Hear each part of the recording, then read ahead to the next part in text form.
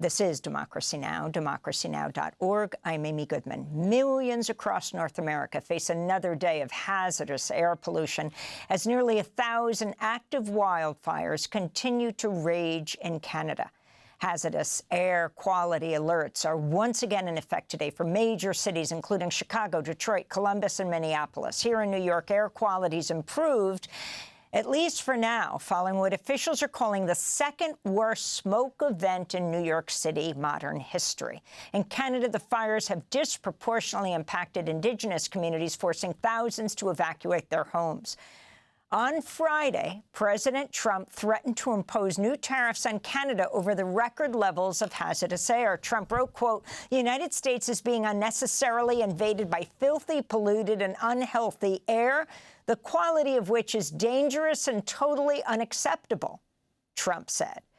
But Trump has not said a word about climate change, which many scientists say is a driving force behind the fires. We go now to Montreal, where we're joined by Rachel Gilmore, independent journalist, creator of Bubble Pop Media. Thanks so much for being with us, Rachel. If you can talk about what's happening in Canada, the blowback, I guess you could say, in the United States, and President Trump threatening Carney and Canada with tariffs, blaming Carney for what's happening in Canada, actually standing next to Carney and the Mexican president at the World Cup on Sunday in New Jersey.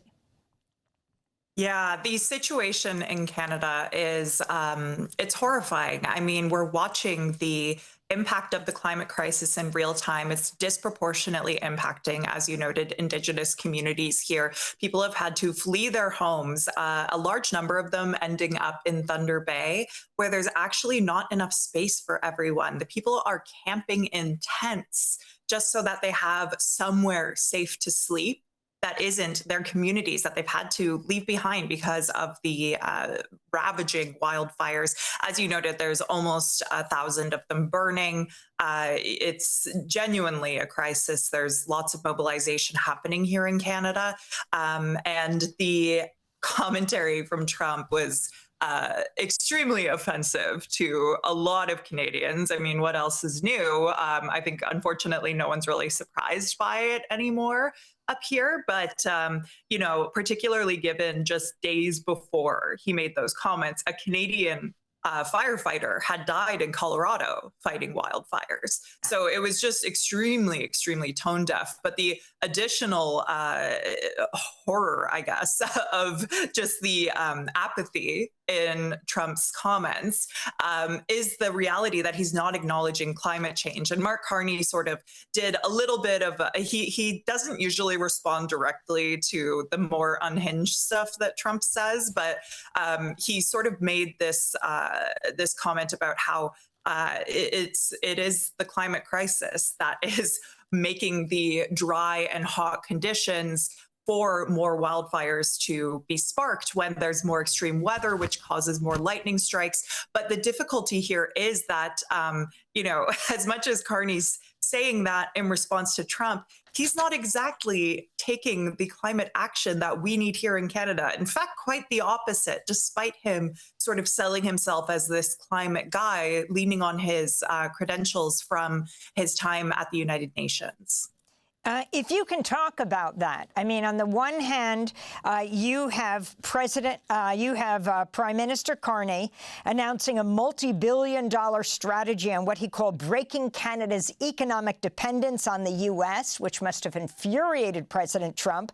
But it includes a new pipeline in Alberta and building up multiple liquefied natural gas terminals. The proposed pipeline would move 1 million barrels of oil daily from landlocked Alberta to the southern coast of British Columbia near Vancouver. If you can talk more about the significance of this, Rachel.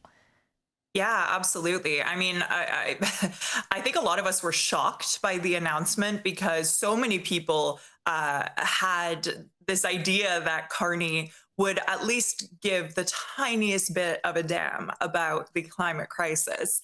And yeah, he came out and made this announcement alongside Alberta Premier Daniel Smith. Alberta is where most of the oil is in Canada. It's where we have our oil sands. And, you know, they announced this new proposed pipeline. And what's ridiculous about it is the claim is that we need this investment in oil and gas to diversify away from the United States, but the economic case even isn't there. We just twinned a TMX pipeline to the West Coast, and just now it's starting to make about $1 billion annually. And we paid the Canadian taxpayers $34 billion for that pipeline, which means it will have to make that kind of profit for 34 more years to be profitable. And that's the previous pipeline that the Canadian people were forced to buy by a Liberal government. And now Mark Carney is saying that he's, you know, offering his full-throated support for another oil pipeline. I mean, the only way that we can actually profit from that oil pipeline is if we absolutely abandon the fight against climate change, because we would need there to be a world where demand for oil and gas continues to uptick for decades into the future to actually make money off of this pipeline. So it makes no economic sense. And obviously, it is a horrific plan for the climate crisis. In Canada, our oil and gas sector is our largest source of greenhouse gas emissions. And Mark Carney is selling this snake oil solution of carbon capture and storage to go alongside the oil and gas pipeline. But he's offering a tax credit for oil companies that use that captured carbon to actually inject it into depleted oil wells, fracking out more oil that otherwise would not be able to be accessed by those companies. So they get a tax credit for that. Rachel Gilmore, thank you so much for being with us. Independent journalist in Canada, creator of Bubble Pop Media.